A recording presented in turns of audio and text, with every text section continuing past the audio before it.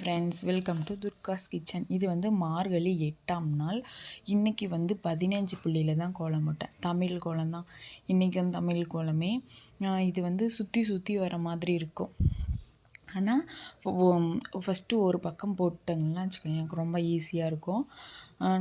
எல்லாத்தையும் போட்டதுக்கப்புறம் பார்க்கும்போது தான் கொஞ்சம் கஷ்டமாக இருக்கிற மாதிரி தெரியும். ஆனால் ரொம்ப ஈஸியான கோலம் 15 புள்ளி வச்சு அப்புறமா 2 லைன் வைக்கணும்.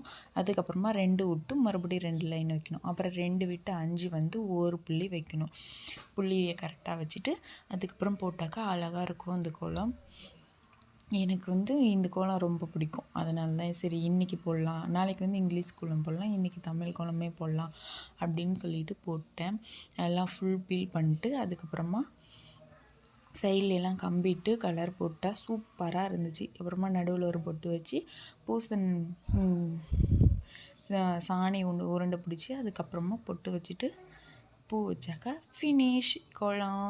கம்பிக்கு நடுவில் கலர் கொடுத்தது தான் இதில் டச்சிங்கே சூப்பராக இருக்கும். கம்பிக்கு நடுவில் கலர் கொடுத்தாக்க எங்கிட்ட இப்போதைக்கு ஒரு கலர் தான் இருக்குது, அதனால் ஒரு கலராக மட்டும் கொடுத்தேன். அழகாக இருந்துச்சு பார்க்குறதுக்கே. எப்படி இருக்குதுன்னு மறக்காமல் கமெண்ட் பண்ணுங்கள். இந்த கோலம் பிடிச்சிருந்தா துர்காஸ் கிச்சனுக்கு சப்போர்ட் பண்ணுங்கள். இன்னொரு வீடியோவில் பார்க்கலாம்.